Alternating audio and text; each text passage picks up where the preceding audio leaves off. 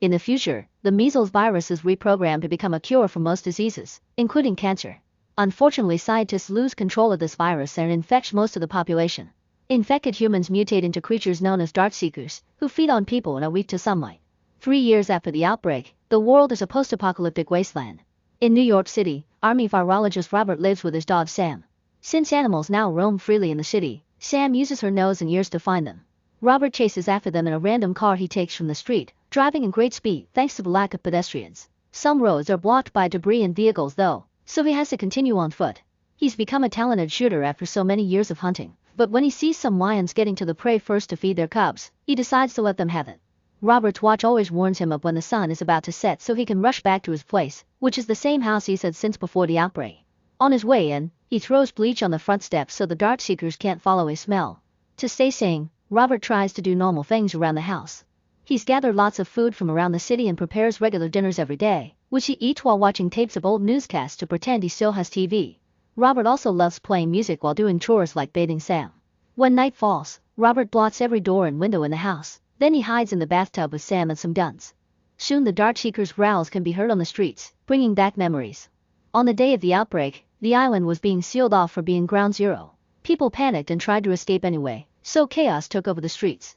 Robert picked up his wife Zoe, his daughter Marley, and puppy Sam to take them off the island, hoping they can stay at an aunt's place.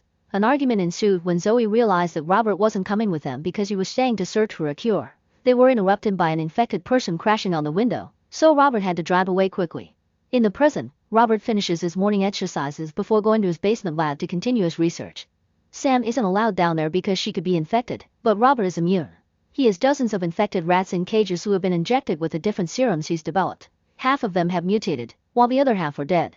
That's the usual result, but today Robert is surprised to find a rat that is actually getting better. To keep working on that serum, he'll need a human trial. Later Robert and Sam go to the video store, where Robert has set up some mannequins to keep up the illusion of normalcy. He chats with them while choosing his next movie, always making sure to bring back the last tape he took as if the store was still functioning. After picking up vegetables from his garden in the park, Robert looks at his map where he marks the houses he's already searched and chooses the next one.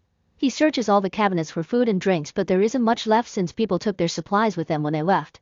It's not uncommon for him to also find bodies, but today he gets extra sad when he discovers an unused nursery. Next he stops at the gas station and fills up a tank so he can drive around the city, playing a message that invites any survivors to meet him at the South Street Seaport, promising food and shelter. While he waits, he plays golf on top of a plane. Suddenly Sam hears a deer, so Robert immediately goes after it.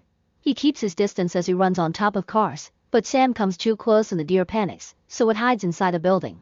Robert yells at Sam to stop, yet she follows it anyway. Robert has no choice but to go inside too. Since Darkseekers hide in dark places, he moves carefully not to be heard and only looks around using a small light. Robert is startled by some Darkseeker screeches coming from another room, however he refuses to leave without his dog and takes a deep breath before continuing his search. Eventually he finds a trail of blood and follows it upstairs, where he notices a nose behind a wall. For a second he thinks he lost his best friend, but a closer look reveals it's the deer. In the next room he finds a group of Darkseekers in a corner. Thankfully he moves fast enough to cover the light and they don't notice him.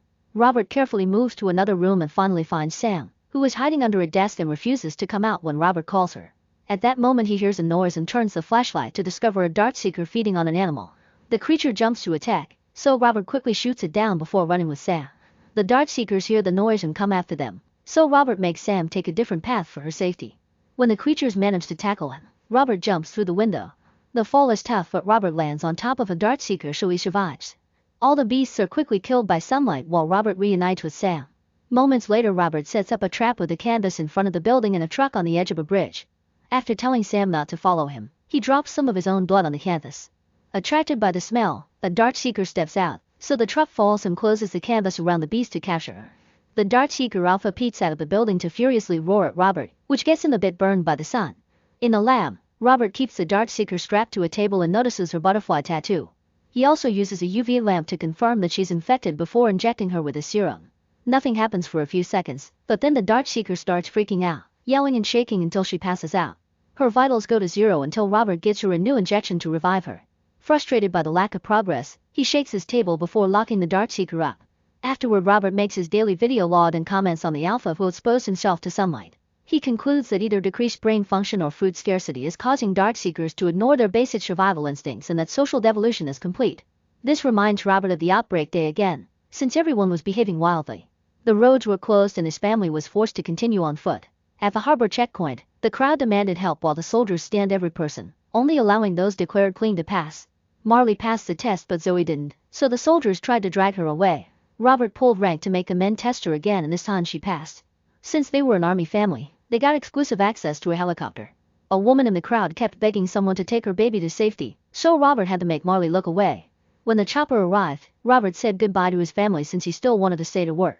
After a prayer, Marley decided to give him Sam so she could protect him. The girl also made a butterfly with her hands as her final gesture before the helicopter took off. In the present, Robert notices that it's his birthday, but this doesn't stop him from going through the usual routine. While driving around the city, he sees a mannequin near the bridge but he didn't put it there. Robert freaks out, asking the mannequin how he came all the way here. Feeling crazy, he shoots the mannequin down. Realizing that this may be a trap, he randomly shoots around him but nothing happens. Confused, he tries to look at the mannequin, which activates a trap that copies his. A car falls off the bridge to activate a rope that leaves Robert hanging upside down. The sudden pull hits his head, leading him bleeding into a puddle as he passes out. Moments later, the watch alarm wakes Robert up. He notices that Sam never left and the sun is already setting, so he needs to hurry. He uses a knife to cut the rope and ends up hurting his leg when he lands roughly. Now he has to drag his body on the floor to try to reach the car. As it gets darker, the Alpha appears in the building and sends out 3 infected dogs. Thankfully, there still is a line of sun that keeps them at bay. Robert tries to ignore the pain to stand up, but suddenly the sun disappears and the beasts attack.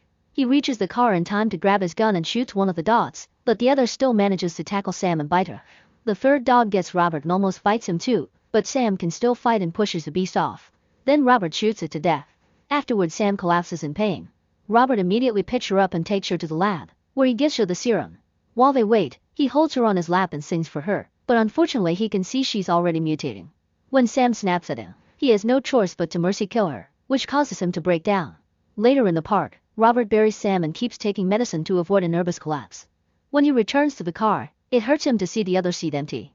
Eventually he stops at the video store and talks to the mannequins, but the lack of answer finally makes the loneliness kick in.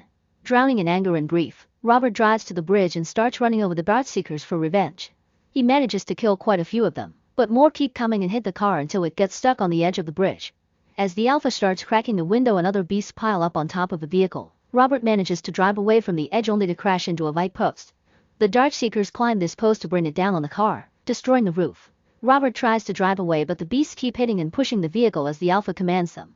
Eventually the car is overturned and Robert is trapped. The Alpha crawls inside through the window and gets ready to kill, but at that moment a bright UV light causes all the dart seekers to run away. Robert notices someone coming closer before he passes out. Sometimes he regains consciousness for a few seconds and learns he's in the car with a woman asking for his address, so he gives it to her before passing out again. This time Robert dreams of his family leaving in the helicopter. At that moment the government bombed the bridge to seal off the island, causing the crowd to panic even more. They jumped on the other chopper in desperation and made it lose control, so it crashed into the helicopter with Robert's family. In the present, Robert wakes up on his couch at home and notices that his leg injury has been stitched. When he hears a noise, he grabs a gun and enters the kitchen, and for a second he thinks he's seeing his family. However, it's Anna and her son Ethan, who saved him last night. Robert puts the gun away and Anna convinces him to sit with them for breakfast. She shares that they're from Maryland and came to the harbor when they heard his message on the radio.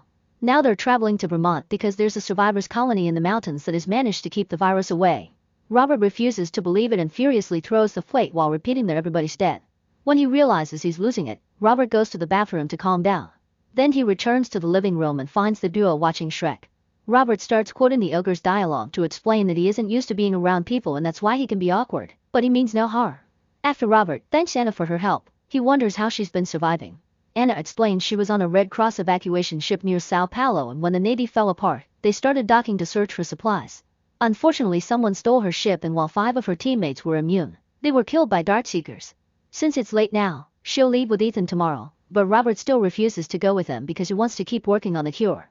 In the afternoon, Robert checks the trap that caught him last time and refuses to believe that the dart seekers did it because he still thinks they don't have higher brain functions. They discuss the matter near a fountain where Ethan swims, and Anna concludes that the dart seekers are evolving. When Ethan complains about the cold water, Robert gets an idea. In the lab, Robert sedates the dart seeker and puts her on ice, hoping that changing her body temperature will help the serum work. Anna notices a bunch of pictures on the wall that reveal Robert has tried his serums on many dart seekers before, but they all died. Later they find Ethan asleep on the couch, so they take him to Marley's bed. Anna sees the pictures of Robert's family, so he shares that Marley was named after the famous singer. Since Anna never heard of him before, Robert plays some of his music and explains that Bob Marley was his inspiration because he even sang after being shot in his own house. As it starts getting dark, Robert begins to seal all the windows. Anna asks him again to come with them to the colony, so Robert wonders how she can be sure it's real. When Anna says God told her because he has a plan, Robert snaps and yells at her, reminding her that billions of people are dead and that many of those are feeding on the bodies. He thinks this proves there's no God. His rant is interrupted by some strange noises outside. When Robert looks out, he discovers that the Darkseekers followed them and are now surrounding the house. While Anna rushes upstairs to check on Ethan, Robert activates the lights he set up outside, but the Darkseekers quickly work together to break them all and start running toward the house again. Robert has no choice but to activate the bombs he's buried outside, which kills the horde with one big explosion. While fire spreads through the streets, Robert goes looking for Anna, only to be jumped on by the Alpha. Robert is bitten and thrown around the room, painfully getting his body smashed on the wall and the railing.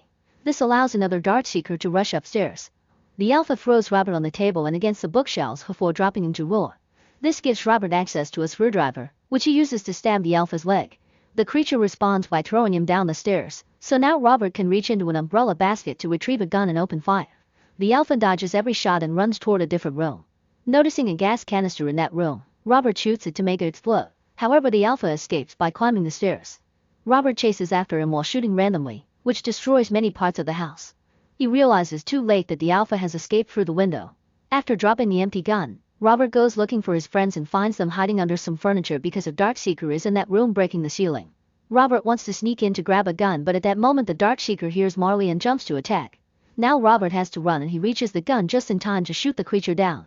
Then Robert helps Anna and Ethan come out, but their relief is interrupted by a strange noise. Robert looks outside to discover that the Alpha is back with another horde. He takes his friends to the basement lab while the creatures start climbing the building. Eventually there are so many of them on the roof that it grates and they fall through, so now they're running through the house. In the lab, the group discovers that the Darkseeker is shockingly getting better, so they finally have the cure they need. Before Robert can decide how to proceed, the horde bursts into the lab and starts pounding on the door while Robert tries to explain that he can save them now, to no avail. When the Alpha arrives, his amazing strength allows him to crack the door easily. He hits it a few more times before drawing a butterfly on the glass. Thinking about Marley and the tattoo on the infected woman, Robert finally accepts that Darkseekers have feelings too and puts his gun down. Then he unplugs the serum and tells Anna to open the door while he watches the infection quickly return to the woman's body.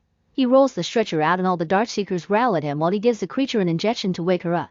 She and the Alpha are clearly happy to see each other and share a sweet moment before she's picked up. Robert apologizes, but the Alpha only roars at him before he leaves with the horde.